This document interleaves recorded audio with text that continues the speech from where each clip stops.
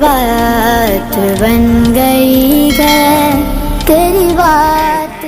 آج کی یہ محفل جامعہ عربیہ مدینۃ العلوم کے ماشاءاللہ دستار کے موقع پر اصلاح عقائد و اعمال کے حوالے سے انعقاد پذیر ہے۔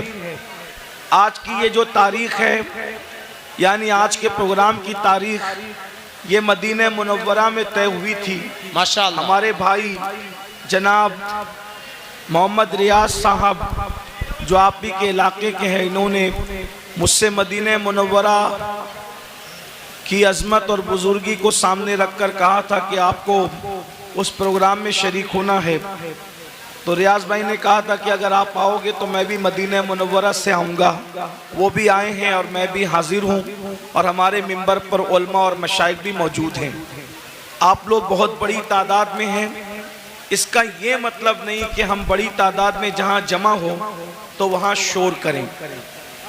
ایک بات یاد رکھیں، تھوڑا توجہ کریں، ذرا غور کریں کہ ہم یہاں زیادہ سے زیادہ 5-6 ہزار کی تعداد میں ہو سکتے ہیں، لیکن ایک ایسا مجمع بھی ہوگا، ایک ایسا مجمع بھی ہوگا جہاں پر 5,000 10,000 20,000 لاکھ 2 لاکھ کروڑ 2 کروڑ لوگ نہیں ہوں گے، بلکہ حضرت سیدنا آدم علیہ السلام سے لے کر آخری انسان تک جو دنیا کے اندر آنے والا ہے، سارے اولین اور آخرین وہاں موجود ہوں گے۔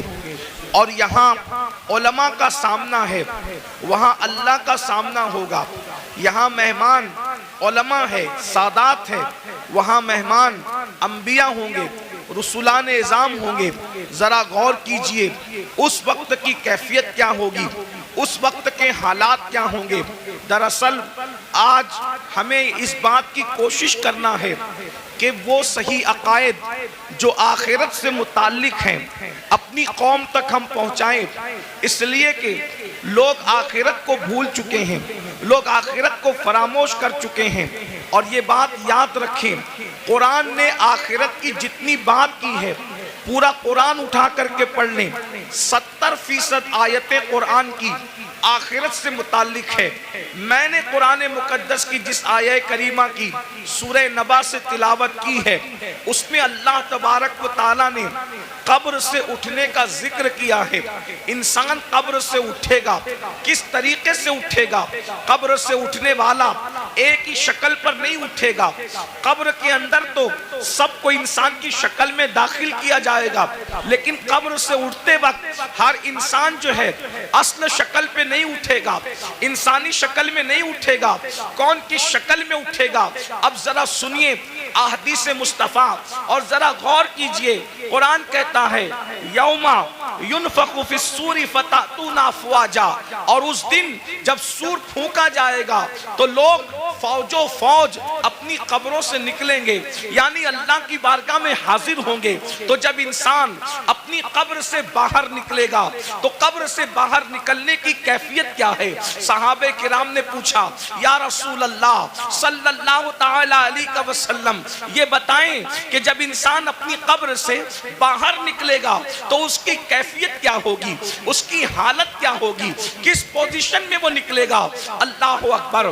دفن کرتے وقت تو انسان کافور کی خوشبو میں بسایا ہوا ہوگا، دفن کرتے وقت تو انسان کو کفن پہنایا ہوا ہوگا، دفن کرتے وقت تو انسان کی کیفیت یہ ہوگی عطر اور سرمے کے اندر وہ معطر بھی ہوگا اور اس کی آنکھوں پر سرمے کے اثرات بھی ہوں گے، لیکن اللہ اکبر اٹھتے وقت انسان کی کیفیت کیا ہوگی؟ اب ذرا غور سے سماعت کریں۔ اللہ اکبر۔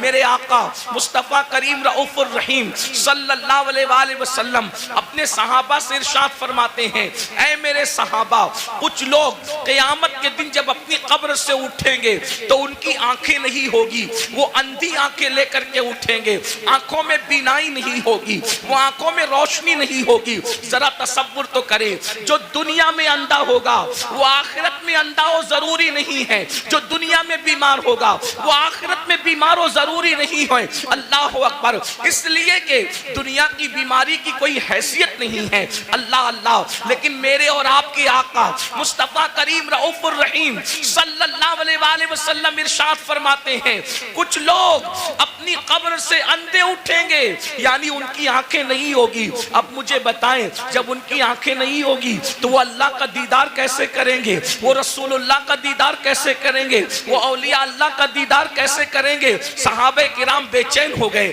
اور صحابہ کرام نے عرض کیا یا رسول اللہ صلی اللہ تعالی علیہ وآلہ وسلم، جو لوگ بغیر آنکھوں کے اپنی قبروں سے قیامت کے دن اندھے اٹھیں گے، اندھے اٹھنے کی وجہ کیا ہوگی؟ تو میرے آقا ارشاد فرماتے ہیں دنیا کے اندر نصیحت کرنے والے جب ان کو نصیحت کرتے ہوں گے تو وہ نصیحت کو نہیں مانتے ہوں گے۔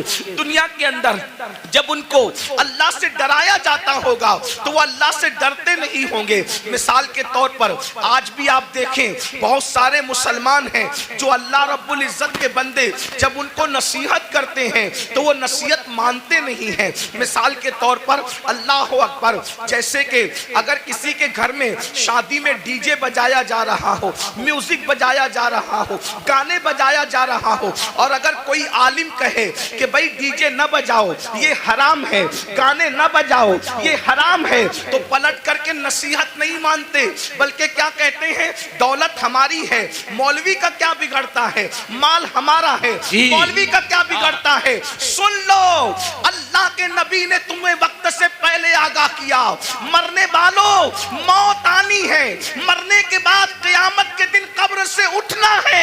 اگر تم نصیحت نہیں مانتے اور دولت کے نشے میں غرور و گھمنڈ کے اندر ڈوب کر کے خدا کی نصیحت کو پیٹ کے پیچھے ڈالتے ہو تو قیامت کے دن اندھے اٹھنے کے لیے تیار ہو جاؤ۔ سن لو دولت کے غرور اور گھمنڈ میں خدا کی نصیحتوں کو فراموش کرنے والوں، یہاں کسی کی آنکھیں اندھی ہوگی کوئی راستہ پکڑ کر کے چلا دے گا، یہاں کسی کی آنکھیں اندھی ہوگی کوئی سہارا دے کر کے پار لگا دے گا، یہاں کسی کی آنکھیں اندھی ہوگی کوئی نہ کوئی مدد کے لیے آ جائے گا، مگر قیامت کے دن اللہ کی نصیحتیں نہ ماننے کی بنیاد پر جب تمہیں اللہ اندھا اٹھائے گا نہ وہاں لاٹھی ہوگی، نہ کوئی سہارا ہوگا، نہ کوئی مددگار ہوگا۔ اندازہ فرمائے قیامت کے دن دفن ہونے کے بعد اپنی اپنی قبروں سے اٹھنا ہے۔ بولو نصیحت مانتے ہیں لوگ؟ آج کل بہت سے لوگ نصیحت نہیں مانتے۔ اور ایک بات بتاؤں، نصیحت ماننا یہ بھی ایمان کی علامتوں میں سے ایک علامت ہے۔ نصیحت ماننا ایمان کی نشانیوں میں سے ایک نشانی ہے۔ قرآن کہتا ہے وَذَكِّرْ فَإِنَّ الذِّكْرَى تَنفَعُ الْمُؤْمِنِينَ، کہ نصیحت کرو کہ نصیحت مومنین کو فائدہ دیتی ہے۔ پتا چلا جو نصیحت قبول کرتے ہیں وہ مومن لوگ ہیں، اور جو نصیحت قبول نہیں کرتے وہ اپنے بارے میں خود سوچیں کہ وہ کیا ہیں۔ اس لیے نصیحت قبول کرو۔ آج نصیحت قبول نہیں کی جاتی۔ اگر کسی مسلمان کو کہو بھائی چہرے سے داڑھی منڈانا یہ یہودیوں کا طریقہ ہے، چہرے سے داڑھی منڈانا یہ مشرکین کا طریقہ ہے، چہرے سے داڑھی منڈانا یہ اللہ رسول کے دشمنوں کا طریقہ ہے، تو آج کا مسلمان کہتا ہے ارے مولانا اگر میں داڑھی رکھوں گا تو کیسا لگوں گا، میری بیوی پتہ نہیں اجازت دے گی کہ نہیں دے گی۔ میں پوچھنا چاہتا ہوں میرے بھائی، بیوی سے پیار ضرور کرو لیکن بیوی شریک حیات ہے، شریک ممات نہیں ہے۔ جیسے ہی روح کا رشتہ جسم سے ٹوٹ جائے گا یہ بیوی قبر میں نہیں آئے گی، اللہ اکبر، لیکن خدا کے عذاب میں گرفتار کر دیے جاؤ گے۔ تو پہلی چیز اللہ کے سچے رسول صادق و مصدوق مصطفیٰ کریم رؤوف الرحیم صلی اللہ علیہ وآلہ وسلم فرماتے ہیں جو نصیحت نہیں مانتے، جو حق کو قبول نہیں کرتے وہ قیامت کے دن اندھے اٹھائے جائیں گے۔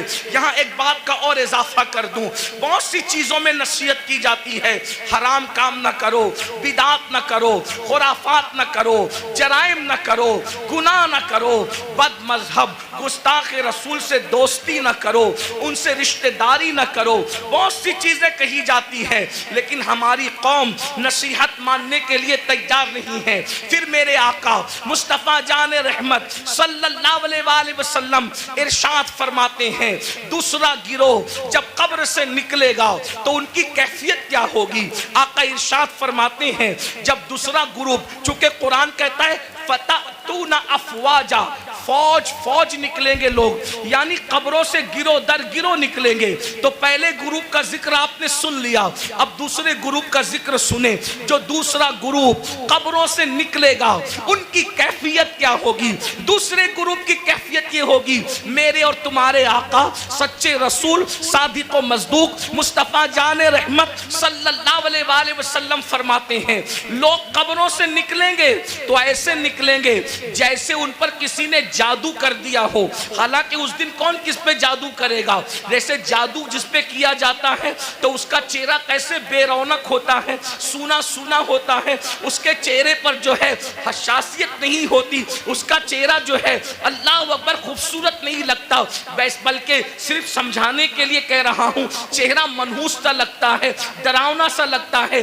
آقا فرماتے ہیں کچھ لوگ اپنی قبروں سے اٹھیں گے، مفہوم کے طور پہ عرض کر رہا ہوں، تو ایسا لگے گا کہ جیسے ان پہ کسی نے جادو کیا، حالانکہ کسی نے جادو نہیں کیا ہوگا. ایسا لگے گا جیسے اس کو کسی آسیب نے چھو لیا، لیکن اس کو آسیب نے نہیں چھوا ہوگا. اللہ اکبر. آقا ارشاد فرماتے ہیں ان کے پیٹ مٹکوں کی طرح بڑے بڑے ہوں گے، کچھ کے پیٹ کمروں کی طرح بڑے بڑے ہوں گے. کچھ لوگوں کا حال یہ ہوگا وہ اٹھ کر کھڑے رہنے کی کوشش کریں گے تو گر جائیں گے. اللہ اکبر. ان کے پیر چھوٹے ہوں گے، ان کے ہاتھ چھوٹے ہوں گے، اور ان کے پیٹ مٹکوں کی طرح اور کمروں کی طرح بڑے بڑے ہوں گے. وہ چلنا چاہیں گے تو گر جائیں گے. اللہ اکبر. صحابہ کرام نے عرض کیا یا رسول اللہ صلی اللہ علیہ وآلہ وسلم وہ کون لوگ ہوں گے جن کی حالت یہ ہوگی؟ ایسا لگے گا کہ وہ نشے میں ہے مگر وہ نشے میں نہیں ہوں گے. ایسا لگے گا وہ جادو کیے ہوئے ہیں حالانکہ ان پہ جادو نہیں ہوگا. ایسا لگے گا کہ وہ آسیب زدہ ہیں حالانکہ وہ آسیب میں نہیں ہوں گے. ان کے پیٹ کمروں کی طرح، ان میں سانپ اور بچھو ہوں گے. صحابہ کرام نے پوچھا تو آقا فرماتے ہیں جن لوگوں نے دنیا میں سود کھایا ہوگا، جن لوگوں نے دنیا میں سود کے دھندے کیے ہوں گے، وہ اس حالت میں اٹھیں گے کہ وہ چل نہیں سکیں گے. اللہ اکبر. وہ چل نہیں سکیں گے. ان کی کیفیت یہ ہوگی جیسے جانوروں کو ہانک کر کے جنگل میں چرواہا لے کر کے جاتا ہے، ویسے ذلیل کر کے فرشتے ان کو جانوروں کی طرح ہانکتے ہوئے میدان محشر میں لائیں گے. اللہ اکبر. ذرا تصور تو کرو، ذرا غور تو کرو، اس دن کی ذلت کیا ذلت ہوگی، اس دن کی رسوائی کیا رسوائی ہوگی. آج ایزی منی کے چکر میں، شارٹ ٹائم کے اندر ترقی کرنے کے چکر میں انسان نہ حلال دیکھ رہا ہے نہ حرام دیکھ رہا ہے. میری قوم کے جوانوں، دولت تو نچنیوں کو بھی مل جاتی ہے، دولت تو جسم بیچنے والوں کو بھی مل جاتی ہے، دولت تو چوری کرنے والوں کو بھی مل جاتی ہے. ارے دولت ہی سب کچھ نہیں ہے. دولت ایک دن ختم ہونے والی ہے، دنیا ایک دن ختم ہونے والی ہے. یہاں سے لے کر کیا جاؤ گے؟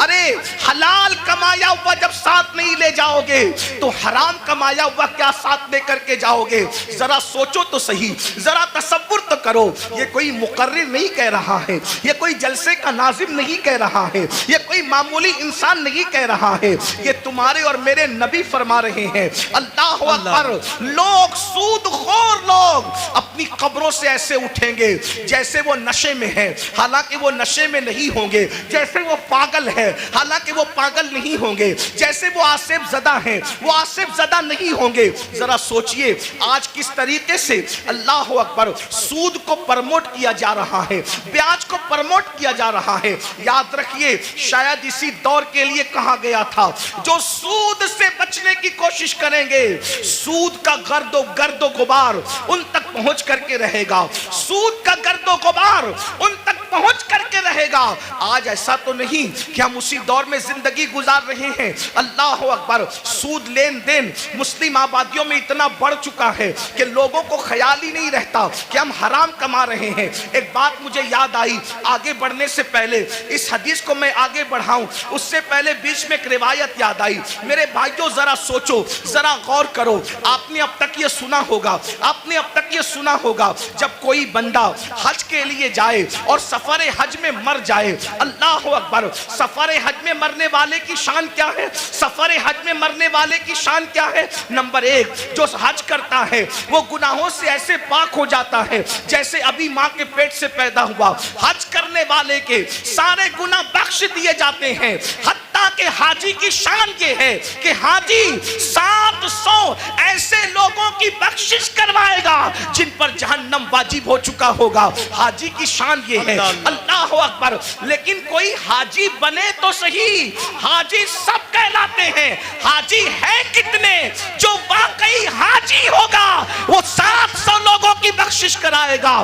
حاجی کا ٹائٹل پانا آسان ہے، حاجی بن جانا آسان نہیں ہے. اللہ اکبر. سنو سنو، غور سے سنو، اللہ کے بندو توجہ سے سنو. اللہ اکبر. حج کرنے والے کی مغفرت ہو جاتی ہے، حج کرنے والے کی بخشش ہو جاتی ہے. حج کرنے والا 700 لوگوں کی شفاعت کرے گا، وہ شفیع بنے گا، اس کی شفاعت قبول کی جائے گی. اللہ اکبر. اور اگر کوئی خوش نصیب سفر حج میں مر جائے، سفر حج میں مر جائے، تو جب تک دنیا قائم رہے گی، جب تک چاند سورج نکلتے رہیں گے، جب تک عرفات کے میدان میں حج ہوتا رہے گا، جو سفر حج میں مر گیا قیامت تک ہر سال اللہ اس کو حج کرنے کا ثواب عطا فرمائے گا. ایک روایت میں آیا ہے اس کا ہم شکل ایک فرشتہ پیدا کیا جائے گا جو قیامت تک اس کے لیے حج کرتا رہے گا. بولو سفر حج میں مرنے کی فضیلت کیا ہے؟ مگر اب سنیے، دل کے کانوں سے سنیے، ذرا غور سے سنیے. اللہ اکبر. ایک قافلہ سفر کر رہا تھا. سفر کرتے کرتے جب وہ آگے بڑھا حج کے سفر میں تو انہوں نے کیا دیکھا؟ ایک بندے کا انتقال ہو گیا. اور جب اس کا انتقال ہو گیا سوچا حاجی ہے، حاجی صاحب کا انتقال ہو گیا. ابھی کعبے تک پہنچے بھی نہیں تھے کہ حاجی صاحب کا انتقال ہو گیا. حاجی صاحب کا انتقال ہوا تو ان کے چہرے پہ کپڑا ڈھانک دیا گیا. جب کپڑا ڈھانک دیا گیا تھوڑی دیر کے بعد لوگوں نے سوچا چلو غسل دے دو، چلو کفن پہنا دو تاکہ ہم ان کو دفن کر سکیں. جیسے ہی غسل دینے کے لیے چہرے سے کپڑا ہٹایا تو کیا دیکھتے ہیں کہ حاجی صاحب کا چہرہ گدھے کی طرح ہو گیا، گدھے کی شکل اختیار کر گیا. اللہ اکبر. پورے قافلے میں کوہرام مچ گیا، پورا قافلہ بے چین ہو گیا. ارے سفر حج میں مرنا تو بڑی سعادت کی بات ہے، لیکن سب رونے لگے، سب بے چین ہونے لگے، دعا کرنے لگے اور دعا کرتے تھے یا اللہ تو کسی پہ ظلم تو نہیں کرتا. سفر حج میں مرنے والا اس کا چہرہ گدھے کی طرح ہو گیا. اللہ اکبر. تو کسی کی آنکھ لگی تو خواب میں ارشاد فرمایا گیا تم اس کے گدھے کی طرح چہرہ ہونے پر افسوس اور تعجب کرتے ہو، یہ نہیں پوچھتے کہ اس کا چہرہ سفر حج میں بھی آخر گدھے کی طرح کیوں ہو گیا. جب پوچھا گیا تو بتایا گیا یہ سود کے پیسے سے حج پہ آیا تھا اور یہ سود کا کاروبار کرتا تھا، اس لیے بطور عبرت اس کی شکل کو گدھے کی طرح کر دی گئی. میرے پیارے آقا علیہ الصلوۃ والتسلیم کے پیارے دیوانوں، دنیا دنیا دنیا کی محبت، دنیا کا مال، قرآن کہتا ہے الہاکم التکاثر حتی زرتم المقابر. ہلاک کر دیا تم کو مال کی محبت نے، یہاں تک کہ تم قبروں کے گڑھوں تک پہنچ گئے. مال کی محبت سے نکلو. مال کمانا برا نہیں ہے، لیکن مال کی محبت میں مذہب و مسلک کا سودا کرنا برا ہے، آخرت کو فروخت کرنا برا ہے. یاد رکھیے یہ دنیا ہے. ایک بات میں آپ سے کہتا ہوں، آپ بہت اچھے سے سن رہے ہیں، 99% لوگ اچھے سے سن رہے ہیں. 1% لوگ اگر گڑبڑ کر رہے ہیں یہ میں ان کے ایمان اور عقیدے پہ چھوڑتا ہوں، کیونکہ کچھ لوگ ایسے ہوتے ہیں جو اپنے وجود کے ہونے کی گواہی میں چلم چاٹ کرتے ہیں. انہیں کرنے دیجئے. میری توجہ 1% لوگوں کی طرف نہیں، میری توجہ ان 99% خوش نصیبوں کی طرف ہے جو اپنی آخرت کو بہتر بنانے کے لیے یہاں بیٹھے ہیں، جو اللہ کی رضا کے لیے یہاں بیٹھے ہیں. 1% لوگوں میں چاہے زمین پہ بیٹھے لوگ ہوں چاہے منبر پہ بیٹھے لوگ ہوں، جو گڑبڑ کرے ان کو کرنے دیجئے. آپ سنیے، اب اس 1% میں سے بھی 50% اس میں سے بھی ادھر آ گئے ہیں اور ماشاءاللہ سب سن رہے ہیں. آدھا % اس میں سے اب لوگ اگر کچھ ہیں ان کو کرنے دے وہ جو کر رہے ہیں. لیکن غور سے سنیے، ایک بات آپ سے کہتا ہوں، ہم جھوٹ بول کے مال کما لیں، ہم سود کے ذریعے مال کما لیں، ہم چوری کے ذریعے مال کما لیں، کسی ذریعے مال کما لیں، تھوڑا ذرا غور کیجئے. اگر ہم پیور حلال کے ذریعے بھی مال کمائیں تو مجھے بتائیے مال کس سے وفا کرتا ہے جو ہم سے وفا کرے گا. ایک بات یاد رکھنا, مال ضرور کماؤ مگر مال کے چکر میں اللہ کو مت بھولو. یہی تو فرعونیت ہے. دیکھو مالدار فرعون بھی ہے, مالدار عثمان غنی بھی ہے, مالدار نمرود بھی ہے, مالدار سلیمان علیہ السلام بھی ہے, مالدار جو ہے وہ قارون بھی ہے, اور مالدار ذوالقرنین بھی ہے. لیکن فرق کیا ہے؟ دونوں مالداروں کی مذمت نہیں ہے. سیدنا عثمان غنی کو مال کے بدلے میں جنت بیچی گئی ہے. اگر مال برا ہوتا تو عثمان غنی کی بھی برائی کی جاتی معاذ اللہ مال کی بنیاد پر, لیکن کوئی عثمان غنی کی برائی نہیں کرتا. اللہ اکبر. قارون کی برائی ہوتی ہے, عثمان کی برائی نہیں ہوتی. وجہ مال نے قارون کو اللہ کا باغی بنا دیا اور مال نے عثمان غنی کو جنتی بنا دیا. مال برا نہیں ہے, مال کا استعمال برا ہے. حکومت ملی نمرود بگڑ گیا, حکومت ملی سلیمان علیہ السلام کو حکومت نے نہیں بگاڑا, بلکہ جب بھی نعمت ملتی ہے تو سلیمان علیہ السلام کہتے ہیں کہ سبحان ربی العالی. نمرود کہتا ہے انا ربکم العالی, اور سلیمان کہتے ہیں سبحان ربی العالی. مال برا نہیں ہے, مال کے چکر میں اللہ کو بھول جانا برا ہے. اب آپ سے پوچھتا ہوں کتنے ہی مالدار ہیں ہم؟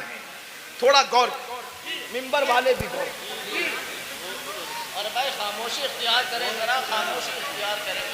مال سب کو اللہ نے دیا, آپ کو بھی دیا, اور جن کو نہیں ملا میں دعا کرتا ہوں اللہ ان سب کو عطا کرے. آمین آمین. لیکن سنو, مال آپ نے کما لیا, بہت مال مل گیا. مال ملنے کے بعد آپ کو اللہ نہ کرے, ہزار بار نہ کرے, ڈاکٹر نے کہہ دیا کہ یہ سیریس ہے. کتنے بھی بیمار ہیں آپ, اللہ نہ کرے, اللہ آپ کو کبھی بیمار نہ کرے, سب کو صحت دے. لیکن ایک گراؤنڈ ریئلٹی ہوتی ہے نا کہ بیمار تو آدمی نے پڑنا ہی ہے. بڑے سے بڑا عالم ہو, خطیب ہو, سید صاحب ہو, پیر صاحب ہو, ڈاکٹر صاحب ہو, انجینئر صاحب ہو, بیمار تو پڑنا ہی ہے. ڈاکٹر نے کہا یہ سیریس ہیں, ان کا معاملہ جو ہے تھوڑا سا نازک ہے. آپ مجھے بتائیں, آپ نے 5 کروڑ 10 کروڑ 20 کروڑ کا بنگلہ بنایا, لیکن جیسے ہی ڈاکٹر نے کہا سیریس ہے, بولو کہ آپ بنگلے میں رہیں گے؟ تھوڑا تصور کیجیے. دیکھیں جلسے جو ہے دینی جلسے, وہ بھیڑ اکٹھا کرنے کے لیے نہیں ہوتی. بھیڑ آتی ہم اس لیے خوش ہوتے ہیں کہ جتنے زیادہ لوگ تک پیغام پہنچے گا اتنا زیادہ فائدہ ہے. لیکن بھیڑ اکٹھا کرنے کے لیے سیاسی جلسے ہوتے ہیں, مذہبی نہیں ہوتے. اتنا یاد رکھیں. ہم 22,000 پر خوش ہونے والے لوگ نہیں ہیں, ہمیں تو 72 وفادار چاہیے. سبحان اللہ سبحان اللہ. واہ واہ واہ. کربلا میں ایک طرف 22,000 گنڈے تھے اور ایک طرف 72 وفادار. سبحان اللہ سبحان. 22,000 کا نام نہیں ملتا, توجہ, 22,000 کا نام نہیں ملتا اور 72 کا نام مٹتا نہیں. ان کا نام ملتا نہیں, ان کا نام مٹتا نہیں. وجہ کہ وہ 22,000 ہو کر بھی مخلص نہیں تھے, اور یہ 72 ہو کر بھی اللہ کے وفادار اور مخلص بندے. سبحان اللہ سبحان اللہ. اس لیے دھیان سے سنو, غور سے. 5 کروڑ کا بنگلہ 10 کروڑ بناؤ, ہم منع نہیں کرتے. ہمارا تصوف تو قادری تصوف ہے, اچھا کھاؤ, اچھا پہنو, اچھے عمل کرو, ہم منع نہیں کرتے. ہم دقیانوسی فکر کے لوگ نہیں ہیں. ہم لوگ ایسا نہیں کہتے کہ جو جتنا دھارمک ہوگا وہ اتنا شادیوں سے دور ہوگا. نہ, مذہبی بن کر بلکہ مذہبی بننے کا ڈھونگ رچا کر شادی نہ کرنا اور پھر سفید داڑھی ہونے کے بعد ریپ کیس میں جیل میں پڑے رہنا, یہ کون سی مذہبیت ہے؟ یہ کون سی مذہبیت؟ ہمارا مذہب تو یہ, جب مذہب کی جان محمد الرسول اللہ نکاح کرتے ہیں تو نکاح کرنا یہ مذہب کے خلاف نہیں ہے, بلکہ نکاح کرنا یہ تو مذہب کا حصہ ہے. اللہ اللہ سبحان اللہ سبحان اللہ. اپنا مذہب اتنا عظیم مذہب ہے, انجوائے کے سارے رستے بتاتا ہے, بس یہ کہتا ہے حرام نہ کرنا. جیسے توجہ کریں, دوسرے لوگوں کا حال, دوسروں سے مراد کوئی ٹارگٹ پہ نہیں ہے، لیکن آپ ڈھونڈے گوگل پہ وہ دوسرے کون ہیں، تھوڑا آپ بھی اپنی ذمہ داری نبھائیں. ایسا نہیں کہ انٹرنیٹ پر صرف فلمیں ہی دیکھیں، انٹرنیٹ پہ ذرا ایسے لوگوں کو بھی تو سرچ کرو جن کو لوگ ڈھونڈ رہے ہیں. کچھ لوگ کہتے ہیں مذہبی ہیں اس لیے سیر نہیں کر سکتے، گھوم پھر نہیں سکتے. میں نے وہ کہا وہ کسی کا فرسودہ مذہب ہوگا جس میں سیر نہیں کر سکتے. میرا مذہب کہتا ہے سیروا فی الارض، زمین کی سیر کرو. بلکہ سیر بھی ہمارے یہاں سنت ہے. کیوں؟ اس لیے کہ جب ہمارا نبی سیر کرتا ہے، توجہ، ہمارا نبی سیر کرتا ہے، اور کیسی سیر، جس کی سیر کو قرآن یوں بیان کرتا ہے، سبحان الذی اسریٰ بعبدہ لیلا من المسجد الحرام الی المسجد الاقصی الذی بارکنا حولہ لنریہ من آیاتنا انہ هو السمیع البصیر. اللہ اکبر. جب نبی نے سیر کی ہے تو امتی سیر کیوں نہ کرے؟ لیکن سیر بتا دی گئی. جی جب سیر کرنے جاؤ تو پاپ نہ کرو. کیا بات، واہ واہ واہ واہ واہ، بہت اچھا حضرت. سیر کرنے جاؤ تو شراب نہ پیو. سبحان اللہ. سیر کرنے جاؤ تو عورتوں پر پاپ کی نظریں نہ ڈالو. ہم بھی سیر کرتے ہیں، رسول اللہ نے بھی سیر کی. جب حضور پہنچے مسجد اقصی تو اللہ نے ان کی مہمانی کی. ماشاءاللہ. حضور کے سامنے دو چیزیں آئیں، الگ الگ روایت ہے، موقع کی مناسبت سے دو چیزیں پڑھ رہا ہوں، تین کا بھی ذکر ہے. حضور کے سامنے دو چیزیں آئیں، شراب بھی رکھا گیا، دودھ بھی رکھا گیا. توجہ، جی. سیر ہے، سیر میں اللہ کی طرف سے بطور امتحان شراب بھی رکھا گیا، دودھ بھی رکھا گیا. دونوں میں سے جو چاہو پیو. اس لیے کہ آدمی جب سیر کے لیے نکلتا ہے تو اپنی موج میں ہوتا ہے. آدمی جب حضور کے لیے نہیں کہہ رہا ہوں، میں جنرل بات کر رہا ہوں، سیر کے لیے نکلتا ہے اپنی کیفیت میں ہوتا ہے، سیر کے لیے نکلتا ہے اپنے انداز میں ہوتا ہے. سیر میں اچھے اچھوں کو پہچان سکتے ہو کہ کون کتنا متقی ہے. عام سفر میں پہچان میں آ جاتے ہیں تو سیر میں تو اور پہچان میں آتے ہیں. جب حضور کے سامنے رکھا گیا دودھ اور شراب، حضور نے شراب نہیں پیا، حضور نے دودھ پیا. حضور نے دودھ پیا.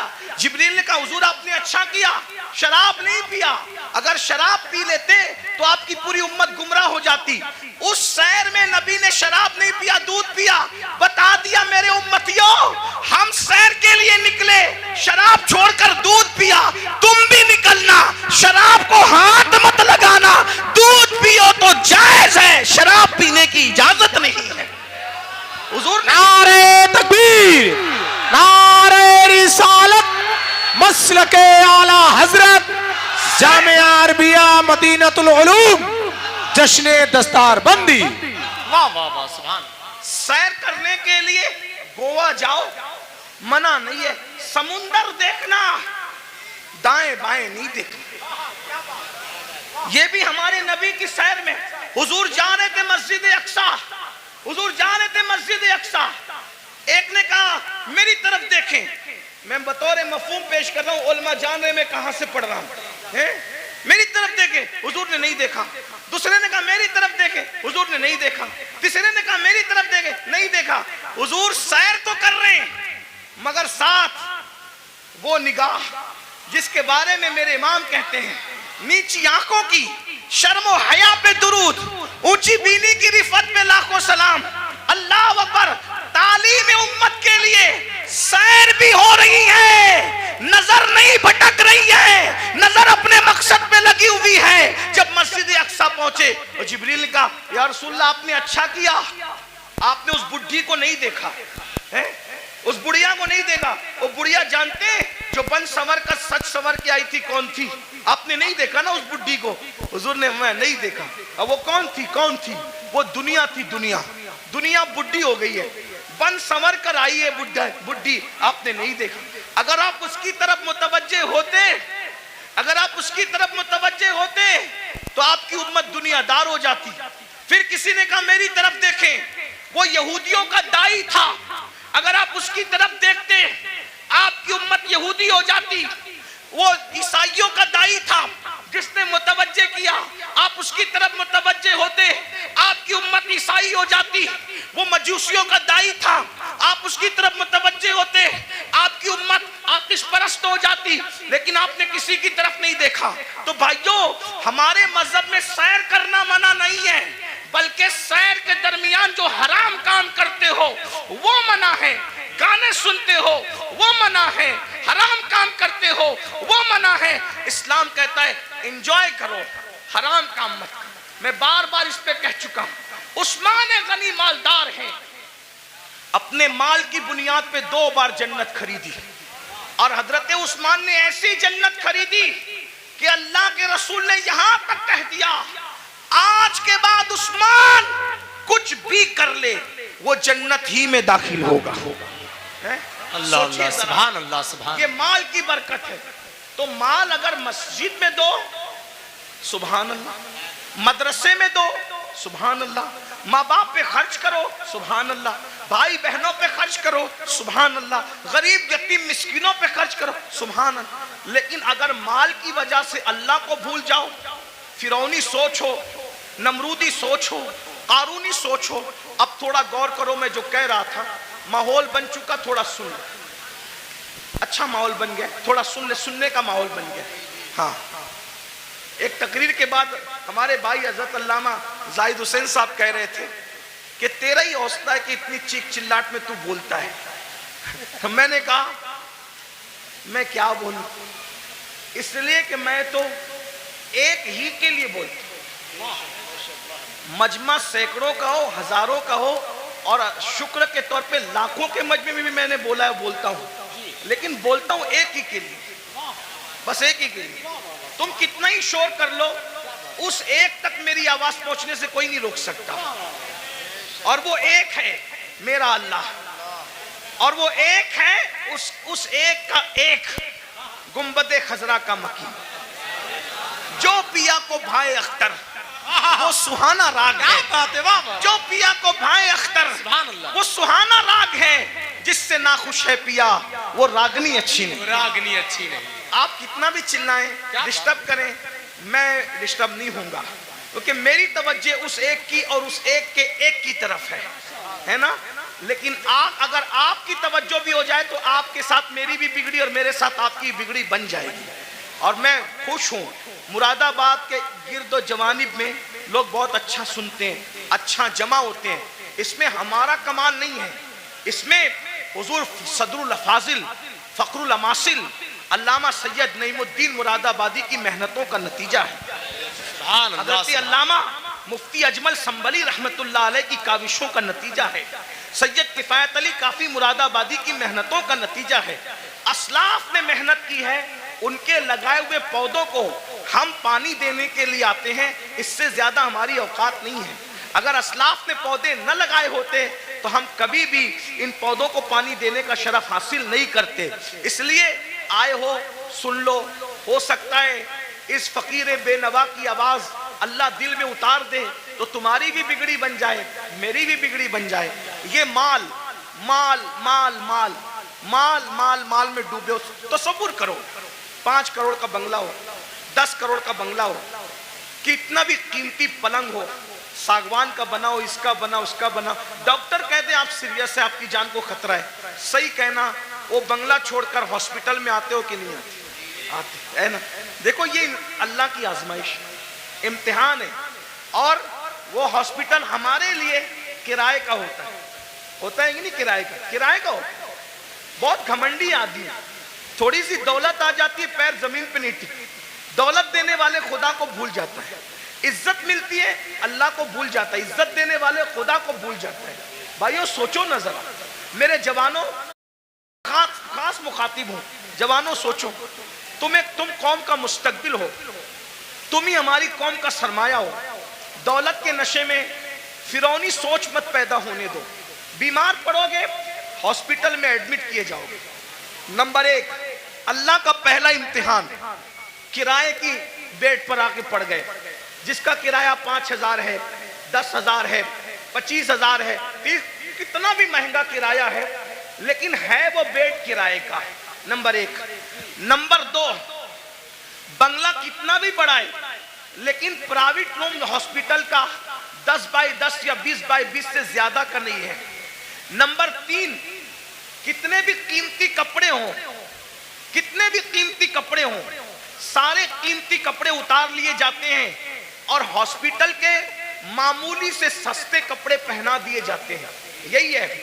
اب اگر صحت حاصل کر کے گھر پہنچ گئے تو سبحان اللہ، ورنہ اگر مرے تو کن کپڑوں میں؟ کس پر گھمنڈ کر رہے ہو؟ کس پر اترا رہے ہو؟ یہی مال ہے نا جو مسجد میں جانے نہیں دیتا۔ دکان کا شٹر بند کر کے نماز کے لیے مسجد میں جاؤں گا تو کتنے کسٹمر چلے جائیں گے۔ ظالم سوچ یہ مال کی حیثیت، مال سے بڑا بے وفا کوئی ہے؟ مال سے بڑا غدار کوئی ہے؟ اور تو اس مال سے دل لگایا جو مال نے بیماری میں بھی تیرے کام نہ آیا، اس محل سے دل لگایا جس نے بیماری میں بھی تجھے گھر سے بے گھر کر دیا، ہاسپٹل کے کپڑوں میں تو مرا، ہاسپٹل کی 4 دیواری میں تو نے آخری سانسیں لی، یہ تیرے مال کی اوقات ہے؟ ارے کاش تو مال بھی کماتا لیکن مال میں تو اللہ کو نہیں بھولتا، گھمنڈ نہیں کرتا، مال کماتا زکات دیتا، مال کماتا نماز پڑھتا، مال کماتا غریبوں کی مدد کرتا، مال کماتا حج عمرہ کرتا، مال کماتا لوگوں کو کمزوروں کو مضبوط بنانے کی کوشش کرتا۔ لیکن افسوس اس مال نے میری قوم کے جوانوں کو گھمنڈی کر دیا۔ ان بھائیوں کو آگے بڑھنے سے پہلے ایک بات کرتا ہوں، 2 باتیں کر کے بات ختم کر لوں گا، بس 2 باتیں، آخری کی 2 باتیں، ایک اور ایک سنیں۔ ایک بار بادشاہ ہارون رشید حج کے لیے نکلا، ہارون رشید بادشاہ حج کے لیے نکلا، نہ ادھر ادھر کی تو بات کر، یہ بتا کہ قافلہ کیوں لٹا، مجھے رہزنوں سے غرض نہیں تیری رہبری کا سوا۔ پہلے ممبر ہی ممبر پہ بیٹھنا سیکھ لے تو اپنی اوقات سے بڑھ کے کچھ نہیں کہوں گا، لیکن بہت دکھ کی بات ہے، ممبر والے ممبر پہ بیٹھنا سیکھ لے بس۔ ممبر پہ تو اب ہر آدمی کو آپ گھسا کر لاتے ہیں، معیار بھی ممبر کا ختم۔ ہمارے دادا مرشد حضور مفتی اعظمین کے دور میں مجال تھی کوئی عوام میں سے پبلک پہ چڑھتی، ممبر پہ چڑھتی نہیں، حضور مجاہد ملت کے دور میں مجال تھی کوئی ممبر پہ نہیں۔ یہاں تو حال یہ ہے کہ بس کوئی معیار ہی نہیں ہے۔ انا للہ و انا الیہ، اللہ رحم کرے۔ ایک اور ایک 2 بات سنے، بات ختم کرتا ہوں۔ ہارون رشید جیسا بادشاہ، وہ صرف کروڑ پتی ارب پتی فیکٹری اور جو ہے وہ کارخانوں کا مالک نہیں تھا، مراد آبادی برتنوں کی فیکٹری اس کی نہیں تھی، بلکہ وہ اتنا بڑا بادشاہ تھا کہ وہ بادلوں کو کہتا تھا، بادلوں کو، اے بادلوں جہاں چاہو برس جاؤ، جہاں چاہو برس جاؤ، تم جہاں برسو گے میری ہی حکومت ہوگی۔ اتنا بڑا حکومت کا مالک وہ ہارون رشید۔ حج کے لیے جب نکلا نا، وہ یہ سب لوگ جو ڈنگ ڈانگ کرتے ہیں نا، یہ دنیا کے حکمراں، اس کے سامنے کچھ بھی نام نہیں لے رہا ہوں، بچے ہیں، اس کو دیکھو، یہ گرین قالین، یہ ریڈ قالین کتنا اتراتے ہیں، فلائٹ سے لے کر کے اگر ایئرپورٹ کے دروازے تک حکمرانوں کو مل جائے تو۔ ہارون رشید غور کیجئے، تاریخ ہے، تاریخ، کتنا مالدار ہوگا وہ بادشاہ کہ بغداد سے جب حج کو چلا ہے تو بغداد شریف سے لے کے مکہ شریف تک اس کے لیے قالین بچھایا گیا۔ غور کریں، اتنا مالدار آپ کے مراد آباد میں اپنے انڈیا میں کوئی نہیں ہوگا، انڈیا میں کیا سعودی میں بھی کوئی نہیں ہوگا، برطانیہ اور امریکہ میں بھی کوئی نہیں ہوگا۔ آپ گھمنڈ مت کیجئے، ہم سے مالدار لوگ گزر چکے۔ اس کا حج کتنا کر و فر والا تھا، کتنا کر و فر والا تھا۔ میں ابھی آپ کو بہت کرنٹ لگنے والی گفتگو کروں گا، ہارون رشید کی بے ادبی نہیں کر رہا ہوں، لیکن عبرت کے لیے بتا رہا ہوں، توجہ کرنا۔ اتنا بڑا کر و فر والا آدمی مکہ شریف تک قالین بچھا اس کے لیے کہ کئی بادشاہ کا پیر زمین پہ نہ پڑے۔ رستے میں اس کو مل گیا اہل البیت کا دیوانہ، جسے دنیا کہتی ہے بہلول دانا۔ وہ دیوانہ ملا بہلول. بہلول نے کہا او ہارون کدھر جا رہا ہے؟ تو دیوانہ ہی تھا. سب لوگ کو خلیفہ بادشاہ اڑگم جڑگم کہتے تھے، لیکن دیوانے لوگ کسی کو خاطر میں نہیں لاتے، اور جو خاطر میں لاتے ہیں وہ دیوانے نہیں ہوتے. یاد رکھنا، جو خاطر میں لاتے وہ دیوانے نہیں ہوتے، جو دیوانے ہوتے کسی کو خاطر. بھائی تو وزیر ہوگا اپنے گھر کا، میں تو دیوانہ ہوں. تو بادشاہ ہوگا اپنے گھر کا، میں تو دیوانہ ہوں. میرے بھائی دنیا کا دیوانہ کسی کو خاطر میں نہیں لاتا. تم کیسے عاشق رسول ہو کہ تم لوگوں کو خاطر میں لانے لگے ہو؟ عشق کی ایکٹنگ تو نہیں کر رہے ہو. جو عاشق ہوگا دولت کو بھی خاطر میں نہیں لاتا، دولت مندوں کو بھی نہیں لاتا، بادشاہی کو بھی نہیں لاتا، بادشاہوں کو بھی نہیں لاتا. اس کے نزدیک کوئی کچھ نہیں ہے، اس کے نزدیک صرف محبوب محبوب ہے. بس محبوب محبوب ہے. ہمیں محبوب سے پیار ہی کتنا ہے بھائیو. بہرحال دور نہ نکلے بات. او ہارون کدھر جا رہا ہے؟ بادشاہ کو چھیڑا اس نے، بہلول نے. ہارون نے کہا حج کو جا رہا ہوں. اچھا، لوگوں کا خون پی کے حج کو جا رہا ہے. بہت خون پیے ہوئے نا آپ، بھی بہت خون پیو. بہن کا خون پیا، حصہ دبایا، حج کو جا رہے ہو. حاجی صاحب حج کو جا رہے ہیں، کہاں؟ بہن کا حصہ مار کے. واہ بھائی واہ، کیا حج ہے. بھائی کا حصہ دبا کے حاجی صاحب حج کو جا رہے ہیں، مسجد بنا رہے ہیں. پوری مسجد بنائی، اسٹیج سے اعلان ہوا مخیر قوم و ملت. انہوں نے مسجد بنائی، ان کے لیے اللہ نے محل بنایا. پتا چلا کہ بھائی کا حق ابھی تک نہیں دیا. مسجد بنانا فرض نہ تھا، بھائی کا حصہ دینا فرض تھا. ہے نا؟ ہر سال حج کرنا فرض نہ تھا، بہن کا حصہ دینا فرض تھا. دبا رہے ہو، خوب دبا رہے ہو، دبا لو. خون چوس رہے ہو، خون پینے والوں، او لوگوں کا خون پینے والوں، خون پی رہے ہو. خون. میرے مرشد حضور غوث پاک کہتے تھے دن بھر رمضان شریف میں پانی نہیں پیتے، شربت نہیں پیتے، کھانا نہیں کھاتے، اور افطار کرتے ہو تو لوگوں کے خون سے کرتے. آپ میں کی بھی بہت سارے لوگ خون سے افطار کرتے، خون سے. روح افزا نہیں پیتے، خون پیتے ہو. خون پیتے ہو. کھجور نہیں کھاتے مکہ مدینہ منورہ کی، خون سے افطار کرتے ہو. وہ کیسے؟ سب کے ہاتھ میں کھجور تو نظر آتی ہے، مگر وہ کھجور نہیں ہوتی، وہ خون ہوتا ہے. کیوں؟ اگر آپ نے جھوٹ بول کر کسی کو دھوکہ دے کے مال کمایا تھا اور اس سے کھجور خریدی تھی، دکھنے کو تو کھجور تھی مگر وہ لوگوں کا خون تھا. کسی کا قرضہ لے کے ہڑپ کر لیا تھا، اس سے افطار کا دسترخوان سجایا تھا، دیکھنے کو تو وہ پھل فروٹ اور روح افزا تھے مگر وہ لوگوں کا خون تھا. کب تک لوگوں کے خون سے افطاری کرو گے؟ کب تک لوگوں کے خون سے افطاری کرو گے؟ بھوکے پیاسے رہنے کے سوا کچھ نہیں ملنے والا. غوث پاک فرماتے تھے لوگوں کے خون سے افطاری کرتے. حرام مال سے افطار کرنے والے تو لوگوں کے خون سے افطاری کرتا ہے. سود سے افطاری کرنے والے لوگوں کے خون سے افطاری کرتا ہے. یہاں میں مسلمانوں کو کہہ دوں میرے بھائیوں، نمک سے افطار کر لینا، نمک سے، مگر کسی حرام کے دسترخوان پہ کبھی افطاری کرنے مت جانا. واہ واہ، زندہ باد.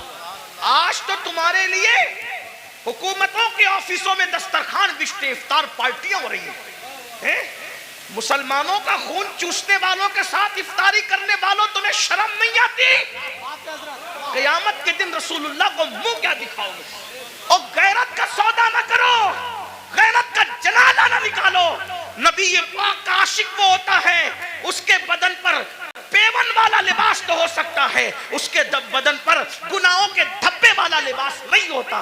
غیرت سیکھو، غیرت. اقبال نے کہا تھا اے طاہر لاہوتی، اس رزق سے موت اچھی جس رزق سے آتی ہو پرواز میں پہنچائے. کیا بات حضرت، زندہ باد زندہ باد. واہ واہ واہ. بہرحال ہارون سے بہلول نے کہا، میں بہلول کی بات نقل کر رہا ہوں، ہارون کی کوئی توہین نہیں کرو. اگر کوئی ہارون کا چاہنے والا ہو تو پلیز وہ میرے اوپر کوئی الزام نہیں. میں صرف ہارون کی بات عبرت کے، اور جو بات عبرت کے طور پہ کہی جاتی ہے کوئی بہتری نہیں. تو کیا لوگ خون چوس کے، کہ بادشاہ تھا نا بھائی، خون چوس کے جا رہا ہے آج کو.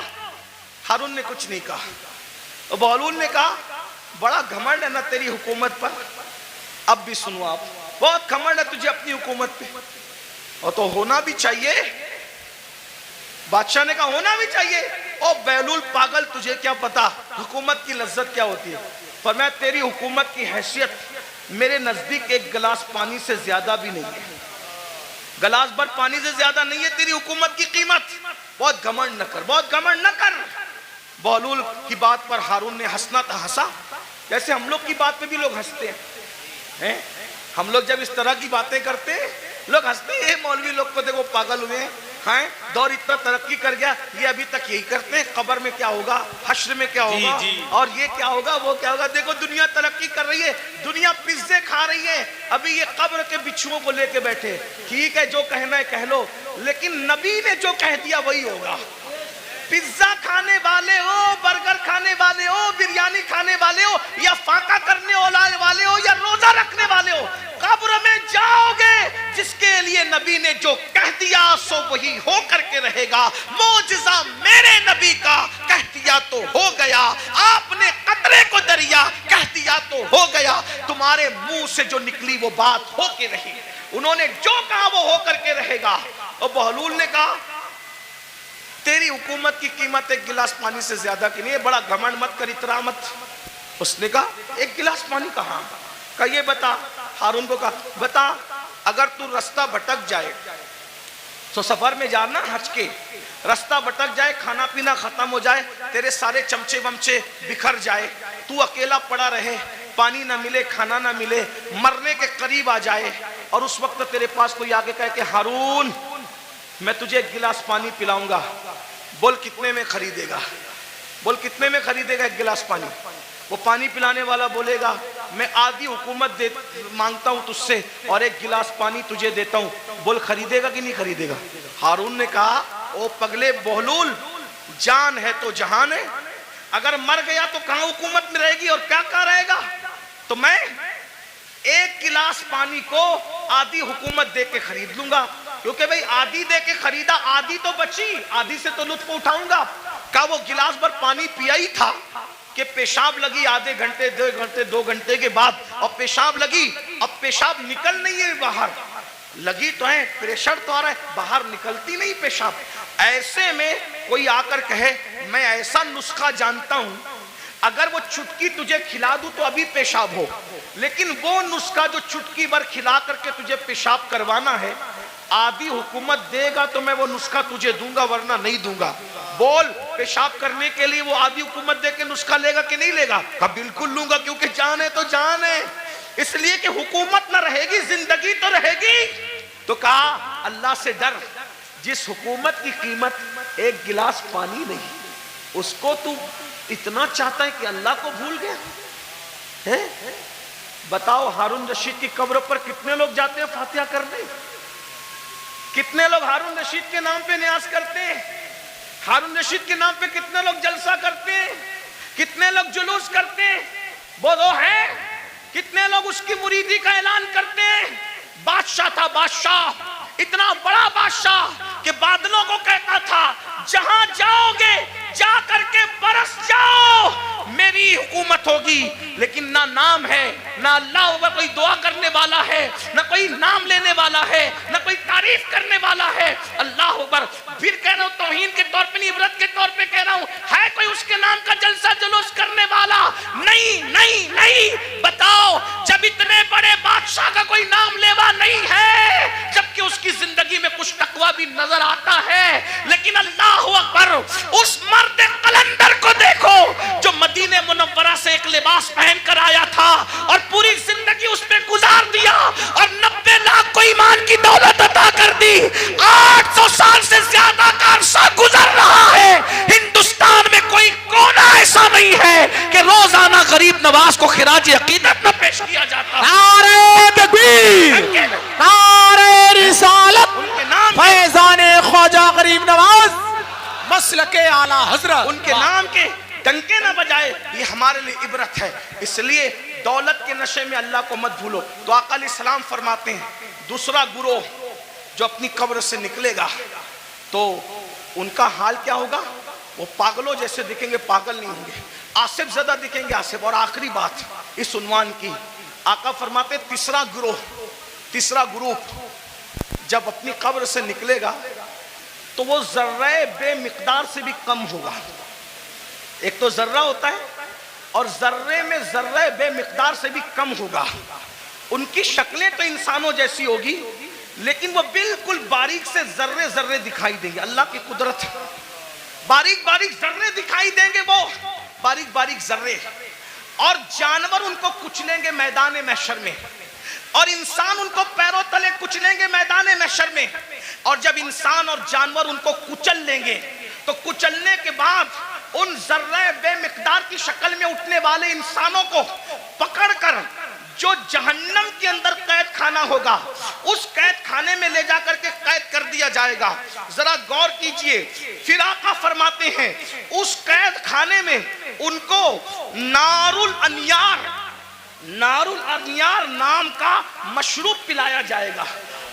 ایک تو ذرہ بے مقدار میں ان کو اٹھایا جائے گا، انسان اور فرشتے ان کو پیروں تلے کچلیں گے، پھر ان کو پکڑ کر جہنم کے قید خانے میں لے جایا جائے گا. اس میں ان کو نار الانیار پلایا جائے گا. صحابہ نے پوچھا یا رسول اللہ یہ نار الانیار کیا ہے؟ تو آقا فرماتے ہیں یہ جہنمیوں کا کھولتا ہوا پیپ ہے جو ان کے جسم سے نکلے گا، اور جہنم کی سڑی ہوئی آگ ہے جو ان کی غذا بنے گی. صحابہ نے پوچھا آقا وہ ذرہ بے مقدار والے لوگ اور وہ جہنم کے اندر قیدی لوگ، نار الانیار پیپ پینے والے لوگ، جہنم کی سڑی ہوئی آگ کھلائی جانے والے لوگ وہ کون ہوں گے؟ تو آقا فرماتے ہیں وہ دنیا میں وہ لوگ ہوں گے جو گھمنڈ کرتے ہوں گے، تکبر کرتے ہوں گے. میں چودھری کا بیٹا، میں مالدار کا بیٹا، میں پڑھا لکھے کا بیٹا. علم پر گھمنڈ کرنے والے، عمل پہ گھمنڈ کرنے والے، نسب پہ گھمنڈ کرنے والے، تقوی پہ گھمنڈ کرنے والے، کسی قسم کا گھمنڈی ہوگا قیامت کے دن اس کو ذرہ بے مقدار میں اٹھایا جائے گا. اے میری جوانوں آپ سے پوچھتا ہوں یہ گھمنڈ ہی تو ہے جو آپ کو علماء کے قریب نہیں ہونے دیتا. یہ تکبر ہی تو ہے جو لوگوں کو آج دین سے قریب نہیں ہونے دیتا. تھوڑی سی دولت آ گئی غریب رشتہ داروں کو بھول گئے، گھمنڈ کر رہے ہیں. تھوڑی سی ڈگری آ گئی دینداروں کو حقیر سمجھ رہے ہیں. ابھی دیکھو یہ بچے جو حافظ قرآن ہوئے کوئی عزت نہیں. ہمارے سماج میں عالموں کی اور حفاظ کی کوئی عزت نہیں، جبکہ ہم ان کو کیا کہتے ہیں؟ نائب رسول. کاغذ پہ قرآن لکھ دیا جائے تو اس کو سر پہ رکھا جاتا ہے، اور سینوں پہ قرآن لکھ دیا جائے تو ان کو مسجد میں وہ لوگ آ کے بات سناتے ہیں گھر میں جس کی بیوی اس کی بات نہیں سنتی. کاغذ کا لکھا ہوا قرآن سر پہ ہے، سینوں پہ لکھے ہوئے قرآن کی کیا قدر کرتے؟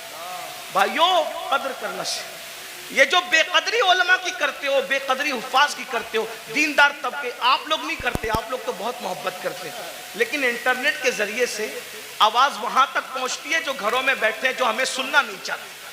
ان کرتا تھا وہ بھی کہیں نہ کہیں چپکے سننے لگا، اور کہیں نہ کہیں برف پگھلنے لگی.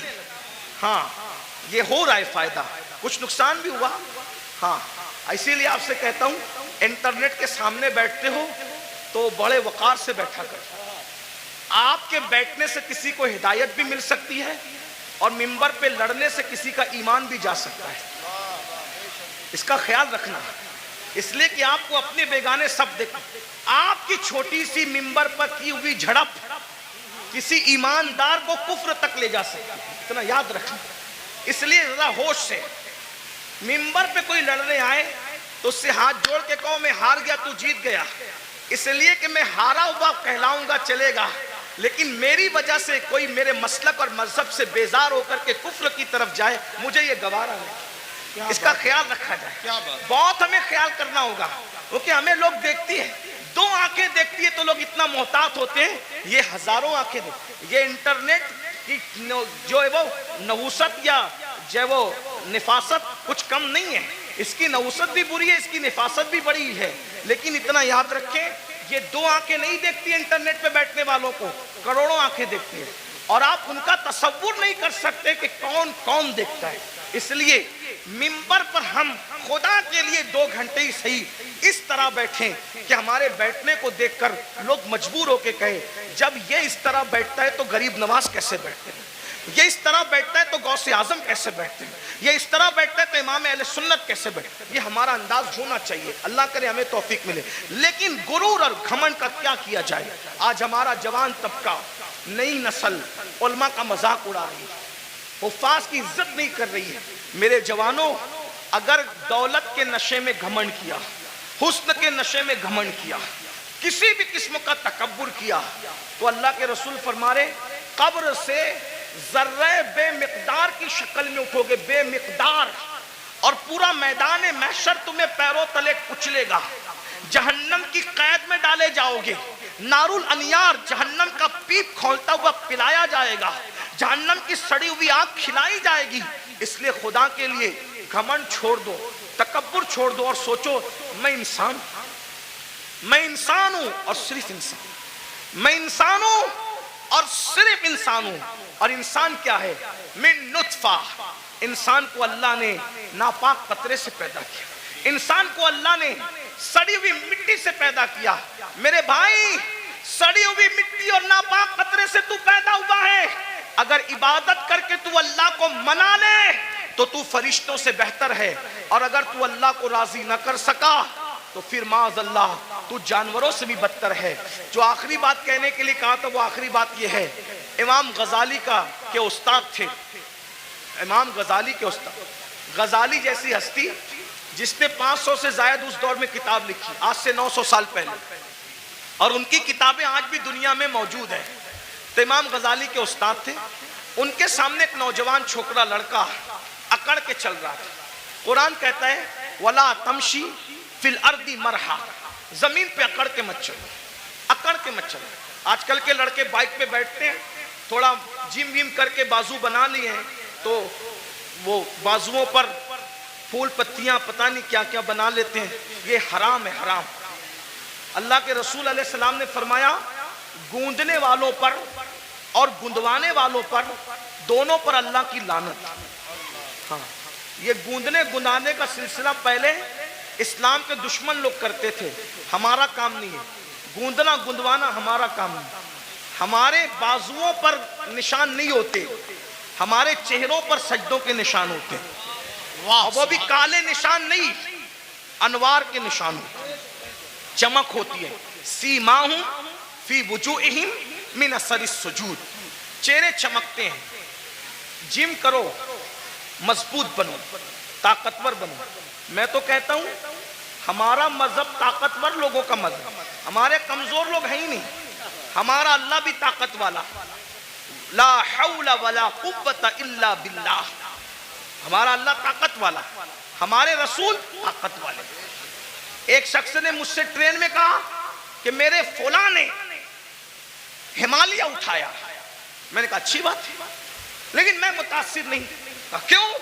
میں نے کہا میرے نبی نے صرف ہمالیہ نہیں، پوری کائنات کا بار اٹھا رکھا ہے، اور میرے امام کہتے ہیں جس کو بارے دو عالم کی پرواہ نہیں، ایسے بازو کی قوت پہ لاکھوں سلام۔ اندازہ کر ان کی انگلی کے اشارے کا، جبل ابو قبیس پہ کھڑے ہو کر اشارہ کرتے ہیں تو چاند ٹکڑے ہو جاتا ہے۔ جس کے اشارے کی اتنی قوت ہے، اس کی انگلی کی کتنی قوت ہوگی؟ انگلی کی اتنی قوت ہے تو پنجوں میں کتنی قوت ہوگی؟ اور جب پنجوں میں اتنی قوت ہے تو بازوؤں میں کتنی قوت ہوگی؟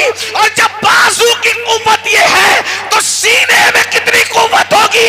ان کے سینے کی قوت کو قرآن بیان کرتا ہے، لو انزلنا ھذا القرآن علی جبل لرأیتہ خاشعا متصدعا من خشیۃ اللہ۔ جس پہاڑ نے قرآن کا بار نہ اٹھایا، مصطفیٰ کے سینے نے قرآن کا بار اٹھا لیا۔ واہ واہ واہ، سبحان اللہ، سبحان اللہ۔ ہمارے یہاں تو سبھی طاقتور ہے، غوث پاک طاقتور، غریب نواز۔ جم کرو، طاقتور بنو، مگر کسی کی گردن دبانے کے لیے نہیں، رات رات بھر مصلی پہ کھڑے ہونے کے لیے، کسی پہ ظلم کرنے کے لیے نہیں، مظلوم کی مدد کرنے کے لیے، کسی کو ڈرانے کے لیے نہیں، ڈرانے والوں کو سمجھانے کے لیے طاقتور بنا۔ ہمارے سبھی ہمارے مولا علی تو اتنے طاقتور تھے، ہمارے مولا علی اتنے، مولا علی کا ذکر کرو تو کچھ لوگ جلتے ہیں کیونکہ ان کی طاقت ان کو برداشت نہیں ہوتی۔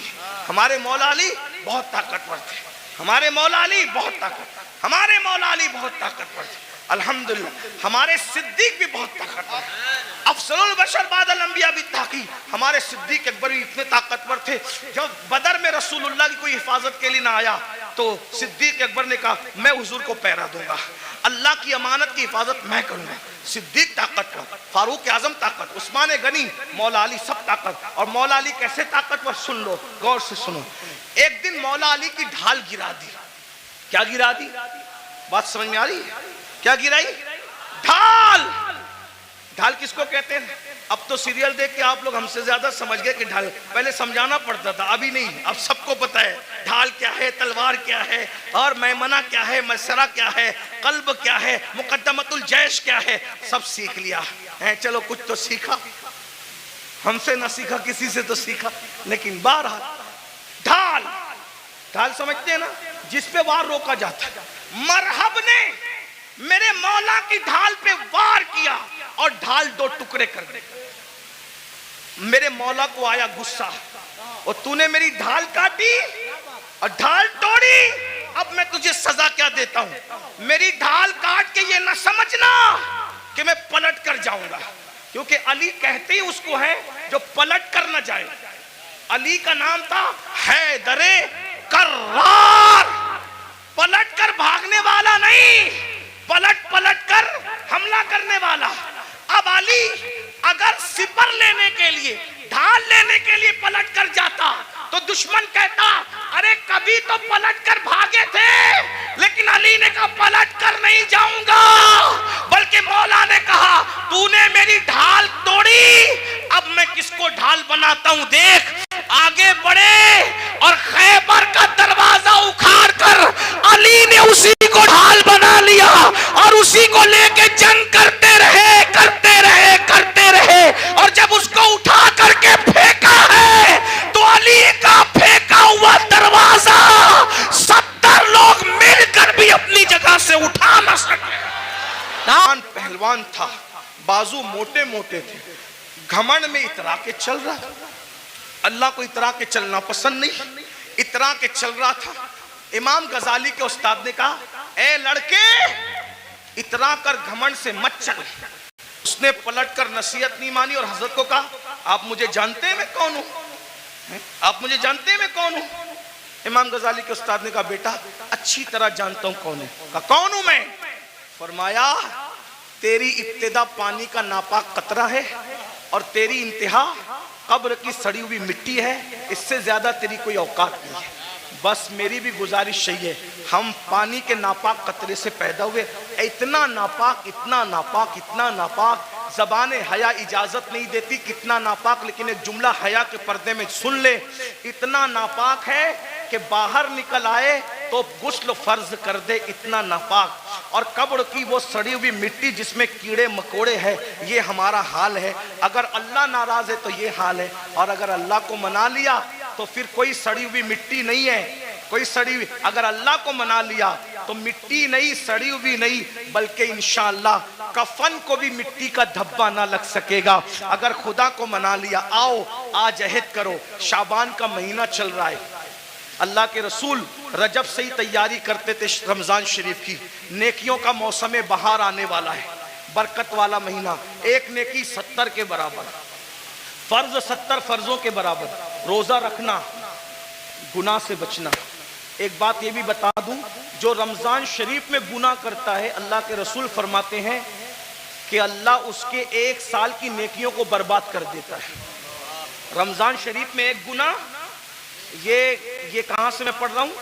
المعجم الاوسط سے یہ حدیث پڑھ رہا ہوں. ہاں، جو رمضان شریف میں ایک گناہ کرے اللہ اس کے 1 سال کی نیکیوں کو برباد کر دیتا ہے.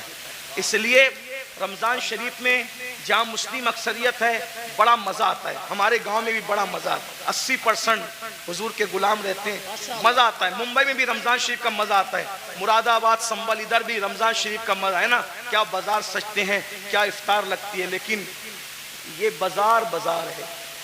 اصل رمضان شریف کی بہار اس کی ہے جو گناہ سے بچ جائے، عبادت کر کے اللہ کو راضی کر لے. کیا بات ہے حضرت، سبحان اللہ. روزہ رکھنا، ہو سکے تو رمضان شریف میں تہجد، سحری کو اٹھتے تو تہجد کا اہتمام کرنا. میرے آقا فرماتے ہیں جو تہجد پڑھتا ہے، آقا فرماتے ہیں انشاءاللہ وہ بے حساب جنت میں داخل ہوگا. تو نہیں سال بھر پڑھ سکتے تو رمضان شریف میں 2 ہی رکعت پڑھ لینا، زیادہ اس کے یہاں بہت زیادہ کی ضرورت نہیں ہے، وہ بہت تھوڑے عمل پہ راضی ہو جاتے. سحری میں اٹھو جلدی سے 5 منٹ پہلے اٹھ جاؤ، وضو کرو، 2 رکعت پڑھو تہجد، دونوں میں 3 بار قل اللہ پڑھو اور اللہ سے کہو. اللہ کہتا ہے میں پہلے آسمان پہ تجلی کرتا ہوں، پہلے آسمان پہ رات کے آخری حصے میں تجلی کرتا ہوں اور کہتا ہوں مانگ کیا مانگتا ہے، جو مانگے گا تو جو مانگتے ہو. لیکن اس وقت سحری میں آپ کیا کرتے ہیں؟ اس وقت بھی آپ لوگ اس وقت بھی آن لائن رہتے، ضرورت کے تحت رہتے ہو، اچھی بات ہے. اس وقت اللہ فرما رہا ہے مانگ میں دوں گا، آپ آن لائن ہو. افطار کے وقت تو آواز آ رہی ہے جو مانگے گا دوں گا، آپ آن لائن ہو. رمضان شریف کا فائدہ اٹھاؤ، 1 بار درود شریف پڑھو، 70 بار درود کا ثواب. رمضان شریف کے لیے تیاری ابھی سے توبہ کرو، استغفار کرو. آج سے پہلے جو ہوا، جو گناہ ہوئے سب سے معافی مانگو، توبہ کرو اور نماز کے پابند بنو. سوچ یہ طے کر لو آج کون سی تاریخ ہے شعبان کی؟ 4 تاریخ ہے نا، 4 گزری. یہ 4 کیا ہے پتہ ہے تمہیں؟ یہ 4 شعبان تمہارے اور میرے امام ہیں، امام حسین کی ولادت کی تاریخ ہے. سبحان اللہ سبحان اللہ. مولود حسین پاک کا دن گزرا آج، میلاد حسین. سیدہ کے آنگن میں جو دوسرا پھول کھلا تھا، غور کیجئے. تو آج سے یہ عہد کر لو کہ میں نماز کی پابندی کروں گا. لیکن نماز پڑھوں گا تو کس کے پیچھے؟ جس کا عقیدہ میرے عقیدے کی طرح ہوگا اس کے پیچھے نماز. یعنی میں نبی کو زندہ مانتا ہوں تو مجھے امام بھی وہی چاہیے جو نبی کو زندہ مانتا ہے. میں نبی کو عالم ما کان و ما یکون مانتا ہوں تو مجھے امام بھی وہی چاہیے جو نبی کو معاذ اللہ پیٹھ کے پیچھے علم کا دانہ نہ دے، بلکہ نبی کو وہ یہ مانے کہ یہ سب چیزیں تو بہت چھوٹی موٹی ہے، جس کی نگاہ سے خدا کی ذات نہ چھپی اس کی نگاہ سے کون سا علم چھپ سکتا ہے. اور اگر بریلی کے تاجدار کے لہجے میں کہے تو یوں کہہ لے کہ اور کوئی غیب کیا تم سے نہا ہو بھلا، جب نہ خدا ہی چھپا تم پہ کروڑوں درود. تو امام کون سا چاہیے؟ بس یہ جو آپ کا عقیدہ وہ آپ کے امام کا عقیدہ. بس آخری بات کہہ دوں، لوگ کیا کرتے ہیں؟ میں تو نبی کو زندہ مانتا ہوں، میں تو نبی کو حاضر و ناظر مانتا ہوں، میں تو نبی کو افضل الرسل مانتا ہوں، میں تو نبی کو خیر البشر مانتا ہوں. لیکن میں نے ہر کسی کے پیچھے نماز پڑھ لینا. میں نے کہا بھائی جس موکل کا وکیل اس کے خلاف ہو اس کا مقدمہ وہ کیسے جیت سکتا ہے؟ مثال کے طور پہ بات اتنی ہے کہ موکل کس کو کہتے ہیں؟ جس کے آگے وکیل کھڑا ہو. موکل کہے میں نے قتل نہیں کیا اور وکیل کہے کہ میرے موکل نے قتل کیا، تو بولو بچائے گا کہ پھنسائے گا؟ موکل الگ بول رہا ہے، وکیل الگ بول رہا ہے، بچائے گا کہ پھنسائے گا؟ ارے جب دنیا کی کورٹ میں موکل اور وکیل کی الگ الگ بات پھنسا دیتی ہے تو قدرت کی عدالت میں امام کا عقیدہ الگ ہے، مقتدی کا عقیدہ الگ ہے. بولو تمہاری نماز کو بچائے گا کہ پھنسائے گا؟ اب تمہارے اوپر ہے. نمازیں بچانا چاہتے ہو تو صدر الافاضل جیسے والے عقیدے کے پیچھے نماز پڑھنا، اور اگر نماز کو پھنسانا چاہتے ہو تم جانو تمہارا کام جانو. ہم اپنی ذمہ داری پوری کر چکے. اللہ دوران گفتگو اگر کوئی غلطی ہو تو ہمیں معاف کرے. استغفر اللہ وما علینا الا البلاغ. السلام علیکم ورحمۃ